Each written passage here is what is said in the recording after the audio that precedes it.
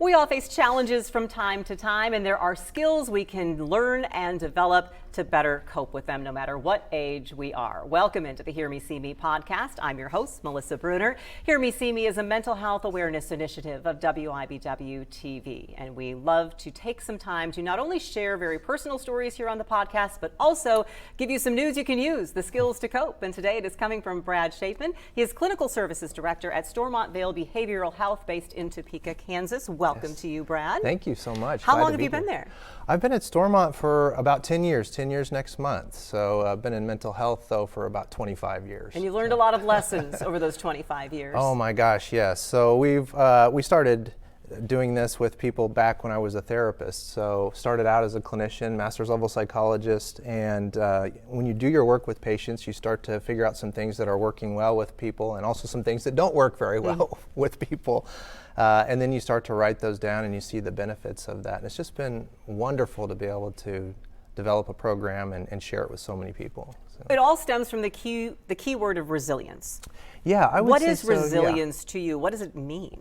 Yeah, to me, resilience it's a buzzword. It really is. We started way back with this term called self-regulation, which is, I got really interested in what can people do for themselves, because we're always, when someone's struggling, we know we jump in, we do all of these external things to try to manage when someone's struggling, but what can a person actually do for themselves when they're going through challenge in their life? And what I found was we dish out tons of vague advice to people when they're really struggling. Think of the last time that you were really hang in there. Yeah, just hang in there. Keep your chin It's up. the cat poster, right? It's the cat yes, poster. Hang in there.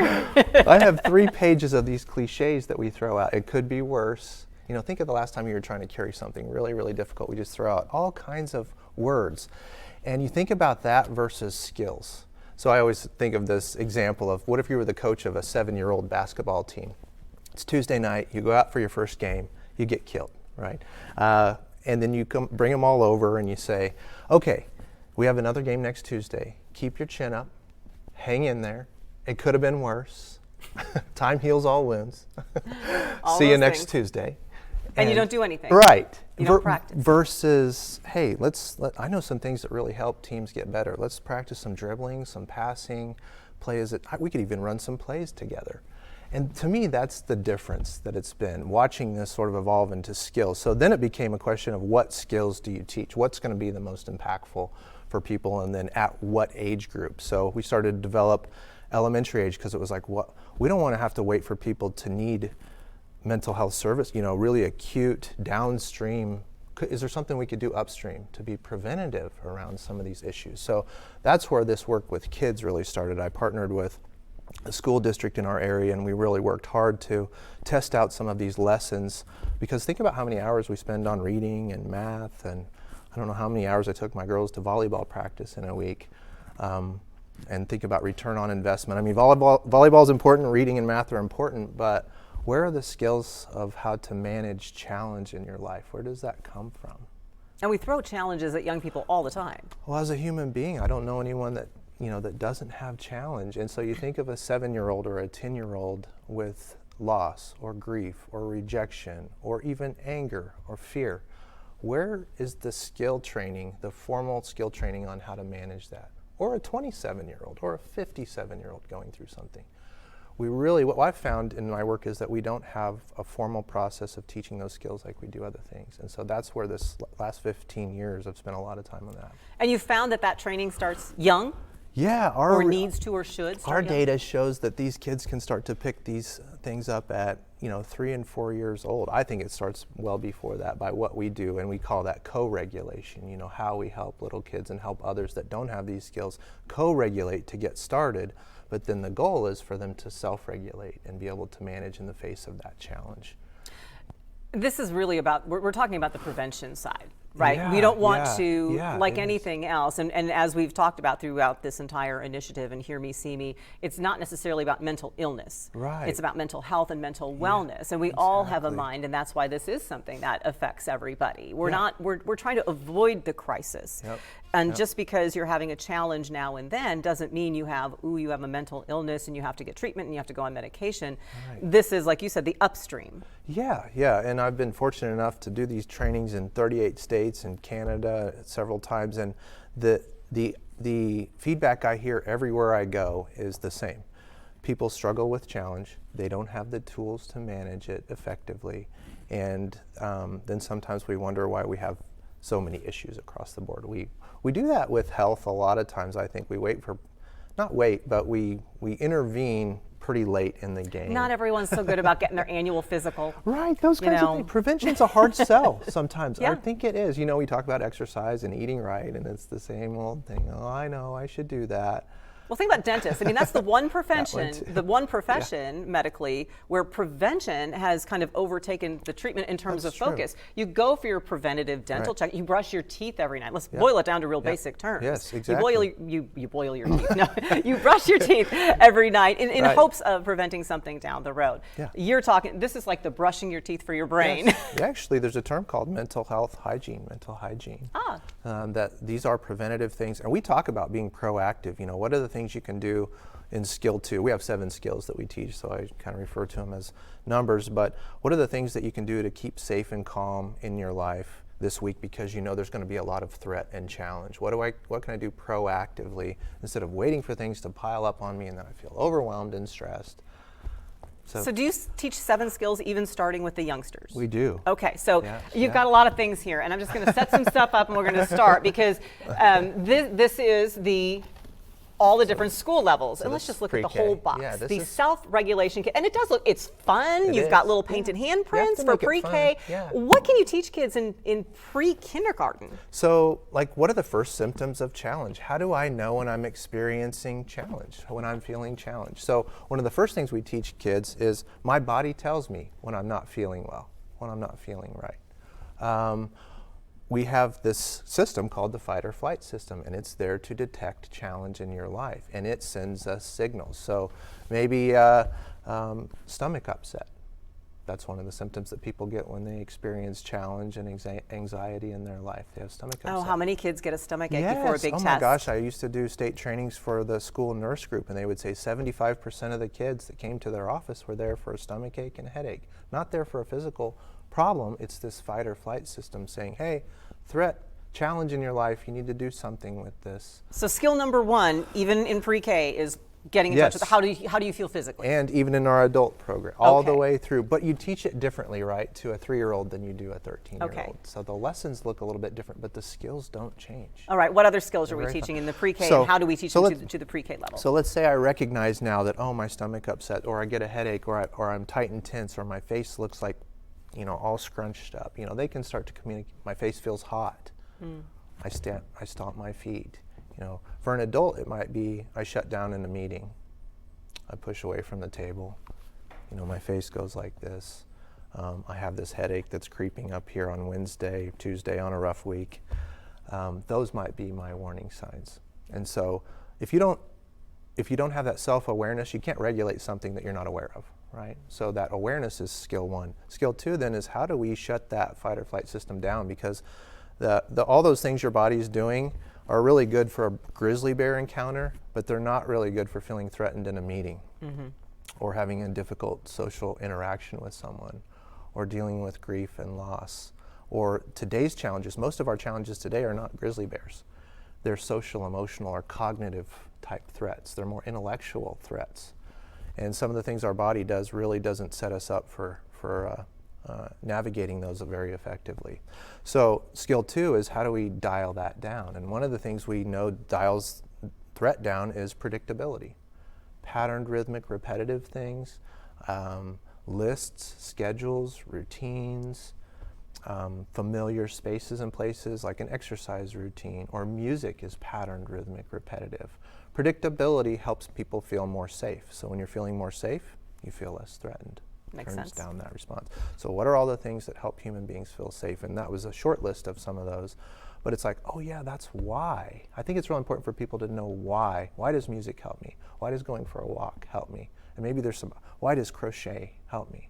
Well, it's patterned, rhythmic, repetitive movement. It's predictability. So one of the most threatening things for human beings is the unknown. So when you can make something more predictable, like in healthcare, you know, we tell patients, hopefully, we tell patients what we're going to do before we do it, because one of the most threatening places for people to be, I think, is needing care, right? It's a lot of unknowns. You're often in pain, physically, emotionally in pain, and it's scary. So if we can make some of those things more predictable, that's just one example, but it works across the board. So that's the first domain you just covered already. That's physical regulation. So we have 3 areas of skills. That's the first one. How do I calm my body down? The other thing that happens, and I should point this out, is something I wish everybody knew, was what happens in your brain when you feel threatened is that the top part of your brain, that cortex, the part that makes you able to have empathy and higher level creativity and problem solves, shuts down, and the bottom part of your brain picks up tremendously. That's that old part, that reactive part. So I don't know if you've ever said anything mean and hurtful to somebody that you care about when you're upset, but when this part of your brain takes over down here, and this part shuts off, we say and do things that often are reactive. And later when we calm down and this part re-engages, it's like, why did I say that? There's a real reason that those things are happening. Yes, and I think if people understand that, they're less likely to say I'm a terrible person. That was my biology that I didn't know how to manage because no one taught me. So we got the physical domain. That's the physical, right. So once we get that a little bit in line, then we can move into what do we do with these things called emotions. So it's like, oh my gosh, I'm not a therapist. I don't want to have to deal with that, But really, we do 3 things with emotions. We teach them how to label them accurately, express them in healthy ways, and then take some ownership. How much can I turn this dial up and down? Or can you make me be at a 9 or a 10 on a scale of 1 to 10? Or do I have some control about where I'm at on that? Do things make me upset? Does that person in front of me in the car up there that's not turning green while the light's green, are they in control of my emotions or am I? And that's a huge skill to know how to do. So 3 things that we do there. So those lessons support those skills. And then the last area is cognitive. So that's how do my thoughts impact my mood and behavior. So if I'm thinking that everything has to be perfect or else, yeah, we've all been there. then that's going to have some impact on my mood because that's not realistic. And so for kids, when you talk about the going back a Yes, step to the yes, emotions, yeah. The positive versus negative. So what you want kids to know, and at this age, it's, negative expression of emotion would be you push somebody because you're upset with them or whatever. And maybe a more healthy expression would be talking to them, which sounds so simple, drawing. But how do you, or drawing, how do you teach them to do that though when they're so young? Yep, it's like we're creating a pathway, just like you teach them to read and write. It starts very small, you expose them to the skill, and then you practice and you reinforce it, just like we do any other skill. I think if you have someone capable of learning a skill set sitting in front of you, why wouldn't you want to share this information with them? It's interesting that you approach it too from the elementary school age, because I imagine the answer to this question is very simple. That do you believe all young people can be placed on a positive path? I do. I think that we can make improvements. You will never be perfect. So part of this is setting the correct expectations. But can you make improvements? We have data, published data on kiddos making significant improvements in self-regulation in 6 hours of skill training. We also have our adult program that we started within the last few years here. We're getting a 25 to 40% reduction in their perceived stress with using the perceived stress scale to measure that. That's not magically making your stressors go away. They're still there. All those 14,000 challenges you have coming at you, they're still there. It's just that how are you managing them? The idea of how much control and impact you can have over your stress level is a really powerful thing. But I guess what I meant to say was, you believe there are no bad kids. I was trying to think of it that way, because so often we group kids into there are good kids and there are bad kids, but there are no bad kids. That's true. There's behavior, and I think most of the time that people do what they know. People are products of what they know. So education and skill training, can go a long, long way. Well, I want to talk a little bit more about what led you to this line of work, but we're going to take a quick break. We'll be back with the Hear Me, See Me podcast in a moment.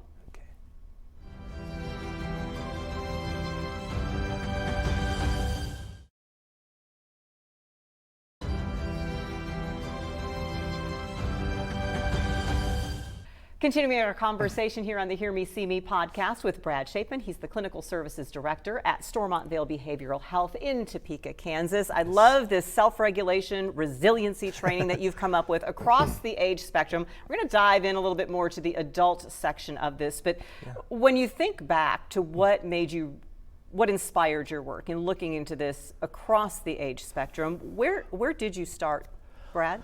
Yeah, so what were you like as a teenager? Oh, wow, that's a really interesting story, and actually kind of connects to why I did this, but also connects to how I ended up in Topeka, Kansas. So I've been here for 10 years at Stormont Vail, and I'll just share the story. I haven't shared it publicly before, but I think it fits well with the Hear Me, See Me campaign. When I interviewed here at Stormont, I heard from a friend of a friend that this job for clinical director was open at Stormont Vail Behavioral Health, and we were really happy where we were at. Family, three children, and but the opportunity was really great. And so I came here and interviewed, and we were walking. At the end of the interview, we were taking a tour, and I remember walking through the child and adolescent inpatient unit, and we were walking through where you could look out through some windows and see a courtyard. And I froze, and I was looking at the courtyard and the basketball court, and then I see this wall because it's an enclosed courtyard. And I thought to myself, there's no way, but I've been here before.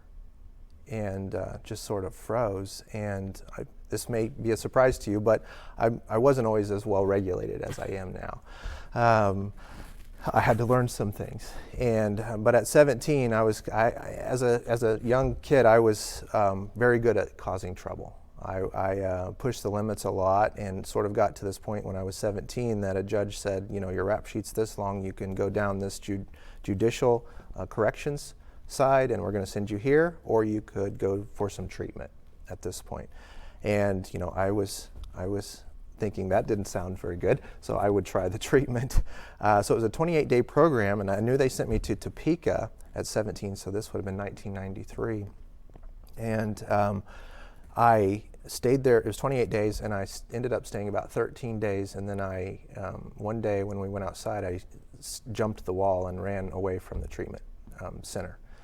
And I never would have thought, so I remember, fast forwarding to when I'm interviewing in 2015, and I'm looking out at that wall, I just was stunned. I was like, driving home, I remember calling my wife, Mandy, and saying, you will never believe where I'm interviewing. I had not put, because it was a different name, it was called something different, and I said, you'll never believe I'm going to have the opportunity to be director at this place that I was once, a patient and had run from. And so I felt like that was sort of just a full circle that I could never have imagined happening. So my why is pretty easy. I mean, that was part of it. I had it before that, but to kind of say you're in the right place, wow, what a message. When you think back to 17-year-old you, and especially given now the breadth of research and work that you've done, why did you run? Wow, that's a really good question. So there's a component of our framework about personal power, empowerment, and autonomy, and it's skill 7. It's the last skill. We all have this desire to sort of be in control of ourselves and to navigate that, and you combine that with 17-year-old risk-taking, which is a normal part of human development, because a bird will never leave the nest if they're too afraid to jump out of the nest. So there were a lot of factors there that drove that behavior, but understanding it makes sense when you look at it. Now, just because something makes sense doesn't make it right, right? But I can definitely understand that. And I think the message for me, though, is that wasn't the end of the story. There's been a lot more since then. It could have been the end of the story. It could have gone several different ways, and who was going to control the end of that story? Was it going to be someone else, or was it going to be me? And that was, I think, the thing that I had to realize. And then the question just became, okay, if it's up to me, how do I do it, and what's getting in my way? Did someone find you and bring you back, or what happened when someone caught up with you? Because obviously you haven't been roaming around since age 17. You've obviously made changes. Thankfully, yeah, I didn't have a very good plan. I think I was going to try to find the nearest payphone and call and say, I'll tell you where I'm at if I don't have to go back there. But yes, I was pretty clever. I remember wearing a black shirt over a white shirt that day, so because I knew when I ran that they were going to give a description of me. But I think I was out only a few hours, and they sent me back. So. Did you finish it then, or what was your turning point? What was your turning point, and was it staying there, being brought back, that made you make it click? I did finish it, and change is slow sometimes. So it took me a little while after that, but each one of those steps I think are important. And that's why I think, teaching these lessons sometimes, even with our adults, may not get it the very first time, but you have to start somewhere. There has to be that first lesson. I guess there doesn't have to be, but in order to get where you're going to be, there needs to be a first lesson. I think, and the point that you made about change can be slow is important for people to know, because just as you said, you're going to take this class and you think, okay, I'm taking this class, I'm learning these skills. Right. Brad said, if I just did these 7 skills, life is going to be so much better for me, and I'm going to be able to handle things better. Right. And it's not necessarily going to happen the next day. How long can it take, and what is the importance of sticking with it and practicing? So like with our adult program, so we've been doing this with nonprofit workers. We've been doing it thanks to a grant we had last year from Topeka Community Foundation. We've also been doing it at Stormont for several years. We're teaching it in Washburn and Baker Nursing, trying to get to people sooner. And let's talk about that, because this is the adult version of the book. And I know I kind of at first, I'm bouncing around with questions. Sorry, Brad. But yes, the journey on why we brought this to the adult level, not we as in we, but we as in you and your collective brain trust. Bringing it to the adult level. What did you realize about, you were doing it for kids, and then what was happening? So I probably had it backwards. I kept thinking we had to get to kids sooner, and then what I realized, especially in the education setting with teachers, was like, well, if they don't know it and they're struggling so bad, who taught them how to do these things? And I think I see a lot of parallels between education and healthcare, especially through the pandemic. Lots of people in those professions. It's difficult work. We had to really change how we did our work during the pandemic, and I think some of the weaknesses or just in those systems were really exposed and during the pandemic. So leadership at Stormont said, I'd been working on the adult framework for quite a while, but it really sped up the work. It's like, you got to get this out to people now. So partnered me up with a great co-trainer, Brian Avila, who had some background in teaching and contracting these types of skills with the military, put us together and said, hey, can you do some things to support our staff who are really, really struggling? One of the things I love about, another reason I came to work at Stormont is just their embracing attitude of mental health integration and seeing that as such an important component of not only their patients, but also taking care of staff and putting resources to, not just talking about it, putting resources. So they allowed Brian and I to work on this, put a course together, and we teach those quarterly now. Anyone at Stormont, we've taught physicians down across the board, multidisciplinary, anybody can sign up for it. And so we're also offering in the community. We've taught 501 teachers this. That's Topeka Public Schools. Yep. And just a variety of people. We really enjoy doing the classes, and we're getting still really good outcomes. I love hearing the stories back from people, not only at work, but we get really personal. So at the end of this, they have their own personal plan on those 7 skills. So it takes it down to the level of, what does skill 3 look like for me in my life with my family or at my job? And then, if they're in a leadership position, we ask them, how can this impact your team? What can you do at work to spread this throughout the team? And then also patient care. Just like we talked about predictability and some of those aspects of safety, this transcends beyond me. The next step is, how do I share this and make a bigger impact? For adults, how do you teach that predictability skill in a world that's so unpredictable? Like, I walked in the door this morning and I thought my morning was going to go like this and like this and like this, and then suddenly, someone has a news conference, and you think, okay, and then they announce some big news at the news conference, so now I've had to do all this stuff before you came in to talk to me. So how do you teach predictability in a world? And then I think about educators or healthcare workers. You never know if you're going to have 5 patients come through the ER at one time or no one. So one of the cool things about predictability is we can create it artificially just by doing patterned, rhythmic, repetitive movements like yoga, stretching, going for a walk. I just moved my right foot, now my left, now my right. Now, it doesn't have to be that complicated. Your favorite song. So I think of it as dosing. You need to dose safe and calm, especially if you know your day is going to be unpredictable. Can I take 5 minutes of predictability to reset that? Like drinking my cup of coffee. Just let me Exactly. drink this cup of coffee and I'll be with you. Exactly. Actually think of skill 2 as setting the cup down. If I had a cup here, I would say if I've been holding this cup out here for 10 minutes, if it's a pound, if I've been holding it out here for 10 minutes, if I've been holding it for all day, how heavy does it feel? Way heavier than a pound. But if I set it down for 5 minutes, it doesn't magically disappear. It's still there. And I do something else, reset, and then I go back and pick it up. What does it go back to? It goes back to that original weight. That's how we see safe and calm in skill 2. Ah, I like it. Yeah. The final skill, what did you say, is like self-empowerment, self-determination? Yes, it is. It's actually from a theory called self-determination theory. How important is that for adults to learn? I feel like, especially if you get a family or you get work responsibilities, that for many of us, we fall into this pattern of needing to please everybody else. And if you ever say no, someone's going to be disappointed, or FOMO, you're going to get left behind. So true. There are so many things that can play into this not really realizing self-empowerment, self-determination. Yeah, exactly. And so skill 6 talks about kind of our belief system. If we believe that in order for us to be happy, we have to make everyone else happy, we would first want to identify that thought and say, is that really realistic? What about you? So we would look for evidence to say, is that true or not true? We would also try to find some middle ground in that. Like, is it all the time? Sometimes, most of the time? Because if it's all the time, that's going to lead to a world of hurt, right? Because that's impossible to do. If it's sometimes, that feels a little bit different, right? And then the other thing I love is perspective shifting.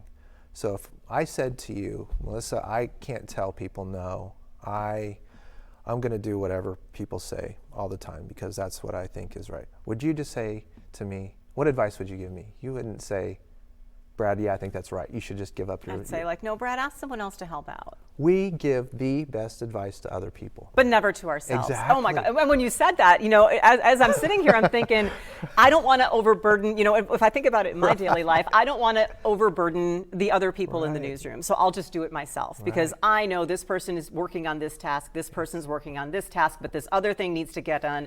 I'll just do it. Right. What am I doing? I mean, I see it. Right. I'm seeing it so clearly talking to you. What am I doing? I'm overburdening myself, and I'm not going to do any of my tasks correctly or well. Or I put out the work schedule today, and I had like 3 errors on it. People going, I'm not off that day, or I'm supposed to be off that day. I'm like, okay, now I've just messed everybody else's life up. Yeah. So those 3 things we do to help challenge that, and that's a skill. What we just walked through was a skill that you can use. We give great, I love that perspective shifting because we often give perfect advice to other people. We don't take our own advice. If we could look in the mirror and say, that to ourselves, it would be right on. I've heard other folks that I believe you know as well on this very podcast say, no is a complete sentence. That's true. That's true. It's okay to say no. Yeah, we have to set some boundaries and take care of ourselves. Exactly. That's part of self-regulation for sure. Do we have to take a whole class to learn all of this? Can we find your books other places, Brad, and we can start with learning and reading that? They are out there. Actually, I know this one says for educators, but it's for any adult. There's a few clauses in there that are specific. And I wrote it to be where you could read a chapter in 5 minutes on purpose because our plates are so full, you just can't, especially teachers and healthcare providers. And you were just talking about how busy your morning's been. But I'm loving chatting with you because I'm getting it's like my free therapy session with Brad. But we can find 5 minutes. We can intentionally create, and I love that word intentional, because just reading this by osmosis isn't going to make you different. It's intentional stuff, but it gives you a focus. And we did 1 skill a week. I just finished a book study where we get online 1 skill a week and do this together and talk about that skill. There's also QR codes that take you to a short video of me each week, kind of teeing up the last skill and presenting the skill for next week. So it made it as simple as we can make it, I think. And what a key point that is, that it needs to be intentional. So you're telling me that this isn't magic and is going to just happen overnight and without any work on our own part. One of Brian and I's favorite, I say favorite, but we'll get called and say, hey, we have a 15-minute staff meeting or a 30-minute staff. Could you guys come in and fix everyone? Fix everybody in 15 minutes. And we get that request from all over. It's like, well, we have an hour here. Can you guys do your magic? And it's like, not really. There isn't a quick fix for skill development. Why is it worth the time and worth the investment, though? Even if it's not for our entire staff, if it's just for ourselves, what is the danger if we don't learn, maybe not these specific skills in these specific order, but something? And I think that does give me I have a interesting perspective, being in mental health and acute psychiatric care and just mental health for 25 years. You do get an interesting view of people and the world. And I sometimes think of myself at the end of the assembly line, kind of the last guy down here, kind of looking back up saying, what is going on? But I think that's what drives me to get out and talk about this and teach these skills, is that I see the absence of these skills. I see the suffering that it leads to. We have this model that we use: pain times reactivity equals suffering. And so we can't really control. Painful events in our life are going to happen, but we can control our reactivity to that, and that's how we reduce suffering. So this, to me, is a recipe for reducing reactivity, and that's why it's so important. I know you have 7 skills, but if you had to boil it down to just one thing, what is the one, and it's probably the connecting thing among all of it, what is the one thing we all need to do to make, I don't want to say ourselves better, but to help ourselves, to put ourselves first? I would say skill development. Two things, is it okay? Okay. Education and skill development in this area. Do you know why you do? If you say mean and hurtful things to people that you care about, do you know why? That seems important. If there are barriers to you feeling better, do you know why? I don't know how. To me, I think that why is super important. And that's why we start with the why in our courses. I think it's important for people. Because if I just say, you need to go for a run, you need to eat better, sometimes that just falls on. But if you understand why, I think it sticks. All good advice. Yeah. Well, you can, Brad Chapin is his name, folks. Look for everything. And this is so interesting, and it really helps you think and realize that you have a lot of aha moments as we go through this. Yes, so we appreciate do. Thank it. you so much for the opportunity to share the work we've been doing. I appreciate it. I appreciate you, because especially every time I talk to you and every time we talk to all of you, it's what the campaign is all about. We hear you, we see you.